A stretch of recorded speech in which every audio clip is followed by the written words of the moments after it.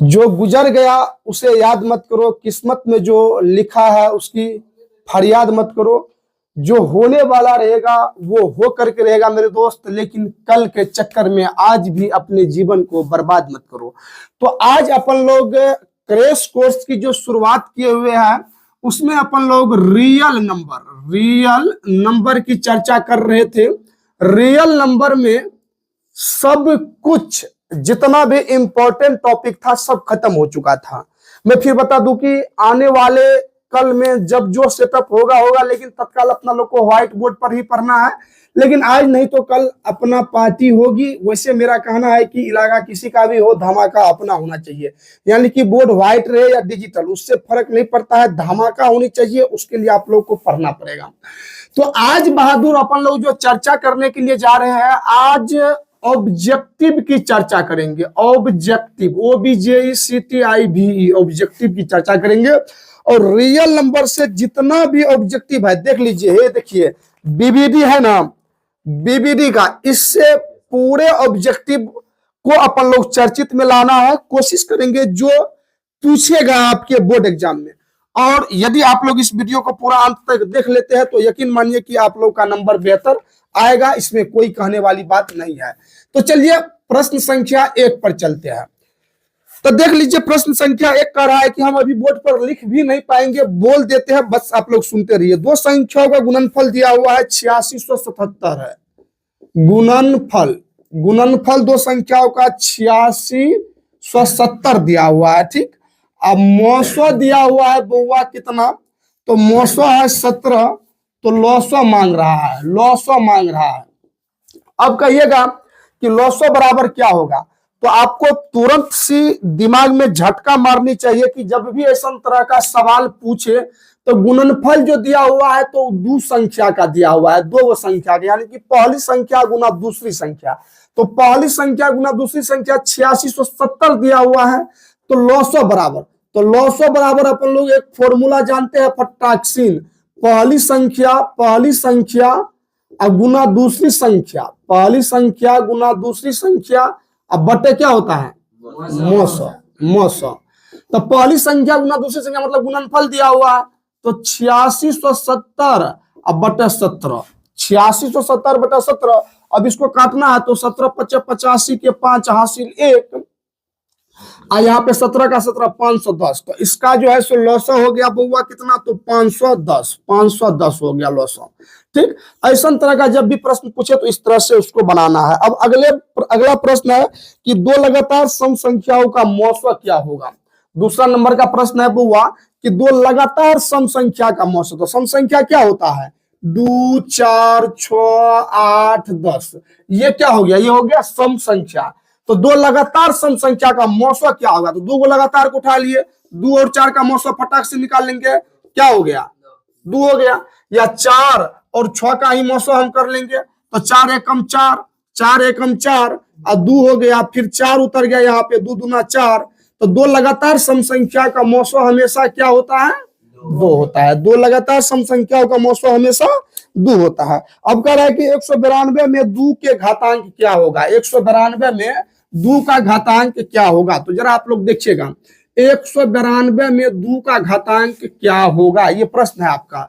तो 2 का देख लीजिए, 2 9 18, 1 हो गया, तो 1 19, तो 2 6 के 12, तो 2 चौका 8, 1 2 8 16, 2 24, 2 12, 2 6, 2 3। अब कह रहा है कि 100, सही है ना, 192 में 2 का घातांक क्या है, क्या हो तुमको रे, 192 में 2 का घातांक कितना है। तो देख लीजिए क्या हुआ है, 2 1 2 3 4 5 6, तो लिखेंगे कि 2 का घातांक 6 है, यानी कि 6 गो 2 है। जितना 2 आ गया 192 के अभाज्य गुणनखंड में वही उसका क्या हो गया, घातांक। तब पूछ देगा कि 192 में 2 का घातांक कितना है, तो कितना हो गया 2 का घातांक 6, क्योंकि 2 कितना बार आया, 6 बार आया। अब अगला प्रश्न है बउआ आप लोगों का कि निम्नलिखित में से कौन सा अपरिमेय संख्या है। तो √49 √36 दिया हुआ है। चौथा नंबर का प्रश्न होगा, √49 √36 और दिया हुआ है √27 और √16, √27 और रूट अंडर 16। इस सब में कह रहा है कि कौन ऐसी संख्या है जो अपरिमेय है। तो अब देखिए 49 को तो 7 गुना 7 तो लिख ही सकते हैं, तो ये तो निकल जाएगा, तो 7 परिमेय हो गया। इसको भी 6 गुना 6 लिख सकते हैं, लेकिन इसको लिख सकते हैं, इसको नहीं लिख सकते हैं, तो ये क्या हो गया अपरिमेय है, भी क्या हो गया परिमेय, चूंकि 4 गुना क्या लिख सकते हैं, इसको 4 लिख सकते हैं, तो 4 गुना 4, तो ये हो गया परिमेय, ये भी हो गया परिमेय, ये भी हो गया परिमेय, लेकिन ये कौन हो गया अपरिमेय। मतलब 3 नंबर में मारेंगे और भागेंगे। चलते हैं अगले क्वेश्चन की तरफ। दोस्तों अब चलते हैं क्वेश्चन नंबर अगला की तरफ। अब देखिए कह रहा है कि इसमें किसका दशमलव प्रसार शांत होगा। तो कल ही अपन लोग चर्चा किए थे, जिसके हर का आवाज गुणनखंड में या तो 2 हो या 5 हो या 2 और 5 दोनों हो। अब यहाँ पे 15 का आवाज गुणनखंड को देख लीजिए, 15 में क्या है 3 और 5, एगो कलंकित आदमी घुस गया ना, इसका दशमलव प्रसार कहियो शांत नहीं होने वाला है। 160 का, तो 160 का यहाँ पे खोपचा में लेकर के चलिए, उसको निकाल लेते हैं। 160 का उधर नहीं दिखता होगा, 80 2 40 20 10 2 5, तो ई हो जाएगा शांत, क्योंकि इसके हर के आवाज गुणनखंड में क्या आया 2 और 5, तो सिर्फ 2 और 5 आया, तो यही हो जाएगा कौन चीज शांत। अब 60 में देखिए, तो 20 तिहाई 60, तो एगो 3 इसमें भी घुस जा रहा है, अब 35 तो साफ है, 7 में 35, तो ये हो गया शांत। तो हर के आवाज गुणनखंड को निकालना है, और उसमें देखना है कि 2 या 5 या 2 और 5 दोनों आता है कि नहीं आता है, ठीक ना। उसके बाद कह रहा है कि P बटे 2 पावर m गुना 5 पावर n के रूप में इतना को लिखे। तो अब इतना को कह रहा है लिखने के लिए, तो कैसे करके लिखेंगे, देखो इतना है ना, अब इसको उड़ाएंगे, बट्टे में क्या हो गया 100, तो अब 67 है, अब बट्टे 100 को अपन लोग क्या लिख सकते हैं, तो 100 का यहाँ पे आवाज गुणनखंड ले लेंगे खोपचा में, 50 25 5 5, तो क्या वो 2 हो गया, क्या वो 5 हो गया, तो 2 गो 5 और 2 गो 2 और 2 गो 5, तो किसमें ऑप्शन में बी नंबर हो गया।